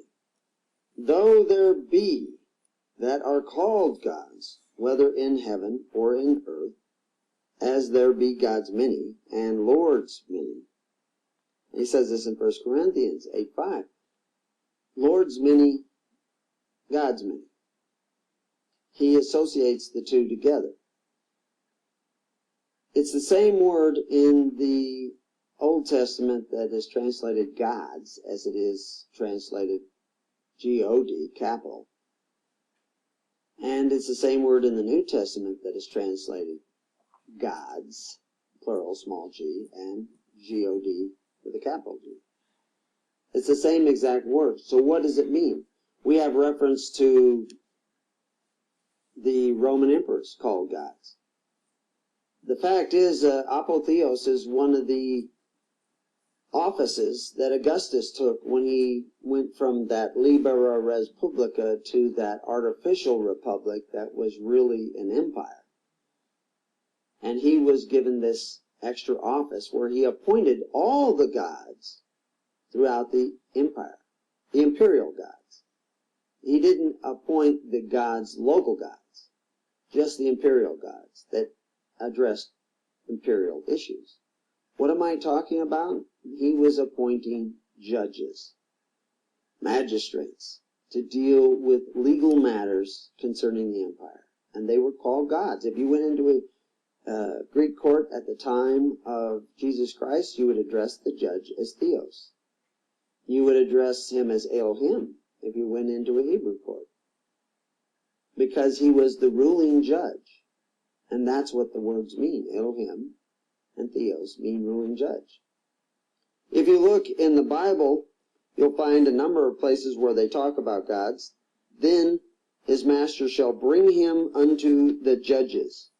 He shall also bring him to the door or unto the door post. And his master shall bore his ear through with an awl, and he shall serve him forever. The word judges there is the word Elohim.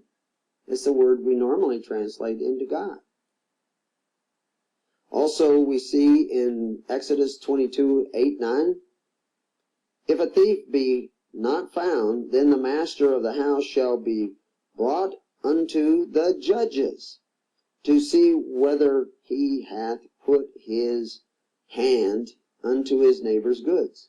For all manner of trespass, whether it be of ox or ass or sheep or raiment, or for any manner of lost thing which another challengeth to be his, the cause of both parties shall come before the judges, and whom the judges shall condemn, he shall pay double unto his neighbor.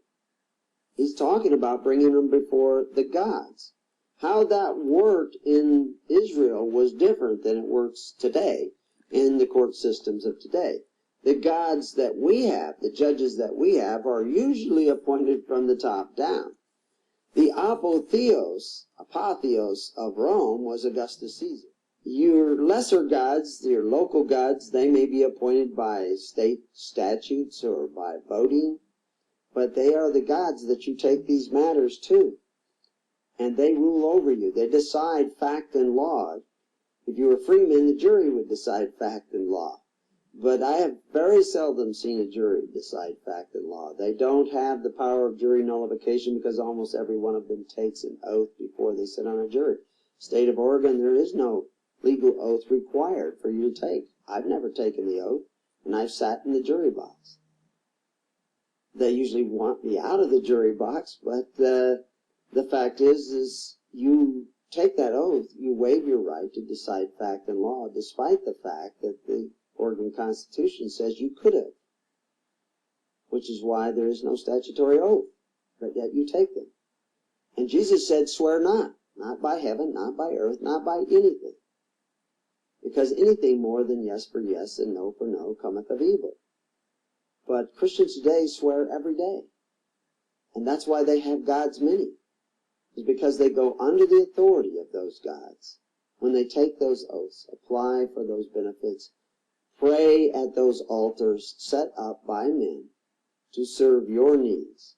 What should have been for your welfare has become a snare. Paul told you this. David told you this. We need to repent and turn around. And if it seem evil unto you to serve the Lord, choose you this day whom you will serve, whether the gods which your fathers served that were on the other side of the flood, or the gods of the Amorites in whose land ye dwell. But as for me and my house, we will serve the Lord. And the people answered and said, God forbid that we should forsake the Lord to serve other gods. Jesus answered them, Is it not written in your laws, I said, ye are gods? What he means is you should have the right to decide for yourself what is right and wrong according to your God-given conscience, and be answerable to God. If you live by the laws of men, if you swear oaths by the laws of men and to men, then men will regulate your rights. If your rights come from men and from the governments they create, then your rights will be regulated by those men, and so will your life. But if your rights come from God, then God will regulate your life, and any man who opposes God will answer to God. That's what Paul is telling us in Romans 13, which I've already covered. Let every man remain subject to the higher liberty, for there is no liberty but of God. And anyone who opposes that liberty under God opposes God. Go and cry unto the gods which ye have chosen. Let them deliver you in the time of your tribulation. We need to stop making covenants. Stop swearing oaths. Stop praying to the fathers of the earth. Jesus said, call no man father upon the earth. These Rome senators were all called patri, father. The emperor was called the patronus, our father. And we were not to make those men, those leaders, those benefactors who exercise authority, our Father. We should not pray for their benefits. We should learn to live by faith, hope, and charity. And unless we do that as a people, as a community, we will not be a free people under God. We will be property of the state, human resources. So it is time that we repent and seek that kingdom of heaven which is within our reach.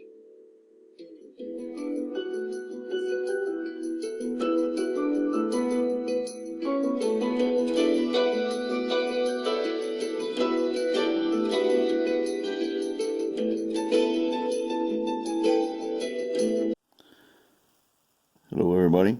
This is a picture of me in about 2002, 2003 with my wife and niece,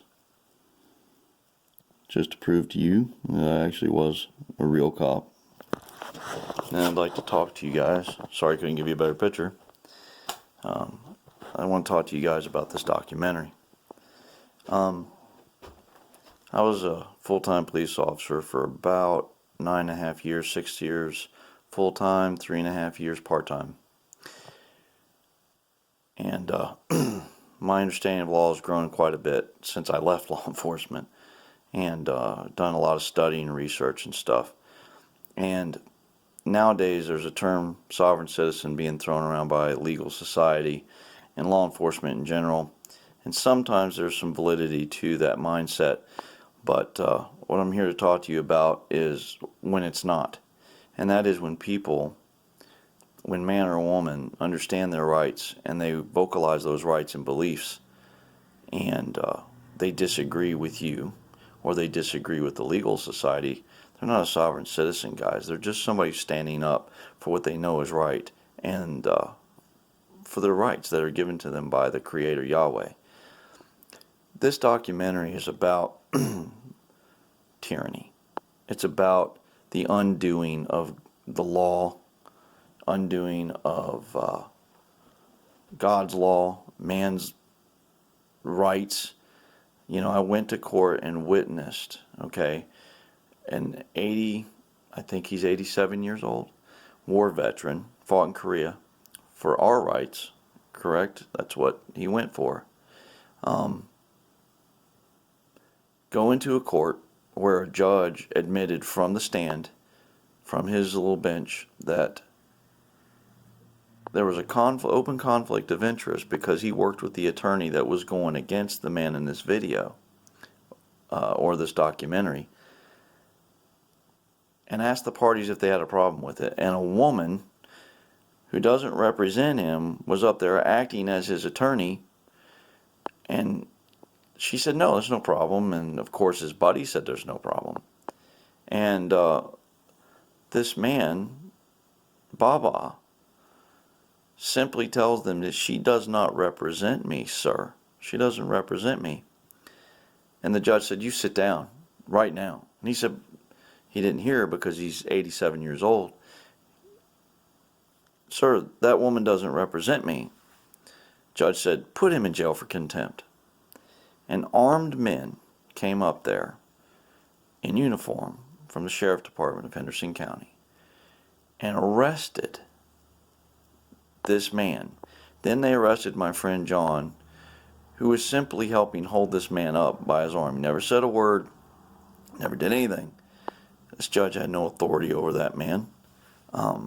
Arrested him for contempt as well. And then looked at the rest of us and said, does anybody else have a problem? Basically. So I watched these cops handle my friends with contempt, anger, a vile, grinching face, and they didn't do anything wrong. They didn't hurt anybody. They didn't scream. They simply said that that woman doesn't represent him, and the other guy was helping hold a handicapped man up. The guy is 87 years old. He's weak. These cops should have been in there holding this guy up. This guy fought what he believed was their rights to even live in this country.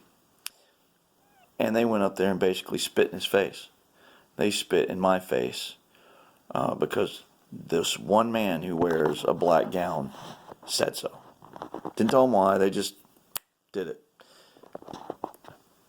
Now, listen, I understand, because I was one of you guys, I was a cop, that people don't understand what it's like to be one unless you've actually lived it. There's a lot of stuff we saw, a lot of stuff you guys see. I'm not one of you anymore, but you guys see and do things and have to put up with things that people can't even imagine. But guys, there's also another side of you that you guys took an oath to defend the rights of mankind and to protect and serve. And there's been a horrible misunderstanding of what that applies to and how. And the problem that I see is you guys don't even, most of you don't listen when people try to show you what's really going on in law, what's really going on in rights. You know, the government, think about what I'm going to say. The government derives its just powers from the consent of the governed. When I remove my consent, that means you have no authority over me unless I hurt someone, unless I steal, kill, destroy, vandalize, bear false witness, perjure myself, where, those things you have authority over, or if people volunteer, you have authority. But what do you do when you're not allowed to defend the man in this documentary? What happens when you are assisting throwing that man in jail? It's honestly, tell me it's not reminiscent of Joseph Stalin and his regime. Tell me it's not reminiscent of the SS throwing people in jail simply because they vocalized their right to be Jewish and own stores and to have property without it being taken without cause.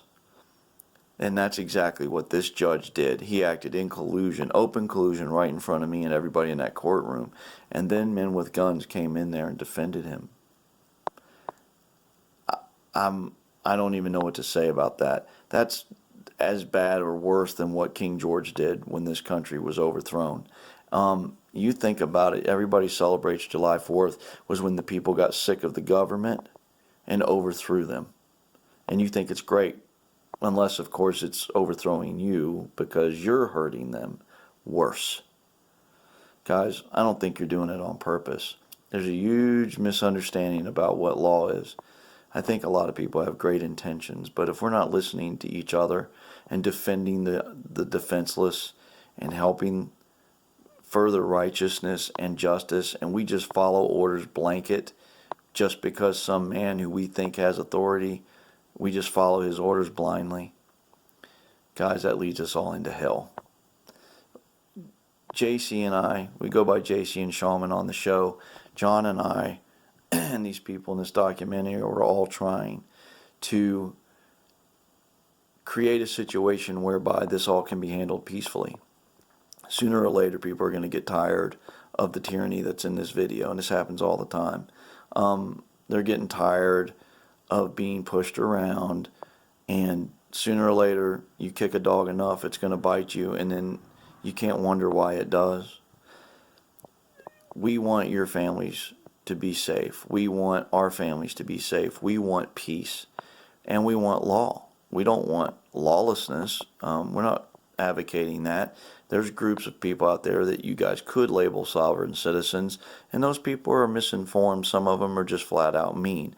But guys, what about the people like us who know law, and we're trying to explain it to you, and we're trying to do it in a way that's peaceful and that helps you, benefits you and your children? Listen, if this fails, our children suffer. Most of us have already had a pretty long life. So what happens to our children? When you can just take a man's property without cause and arrest him because he says, don't do that. Man, that's not law. You're not law enforcement. That's lawlessness enforcement. I think most of you have good hearts. What I'm asking, former police officer, guys, I was one of you. I understand what you go through. If I can learn it and understand law and build this bridge, can't you? Can't you listen and learn and say no when it's lawless, when it's wrong, when it's against your oath that you took to Almighty God, I might remind you. All of us have to give an account for our deeds when we die. Most of us in this, within the sound of my voice, believe that. Some don't, but most do. And guys, we're going to be held accountable for everything we do. We're not your enemy. I'm not your enemy. The people in this documentary are not your enemy. We're your brethren. And America is supposed to stand for something, and that's freedom. Liberty is not freedom. Liberty is something that somebody grants you off a ship. Freedom is something that's given to you by God, and that right is unalienable. We hold these truths to be self-evident, right? That all men are created equal and endowed by their Creator with certain unalienable rights. Help exercise the rights that God gave us, not take them. God bless you and thank you.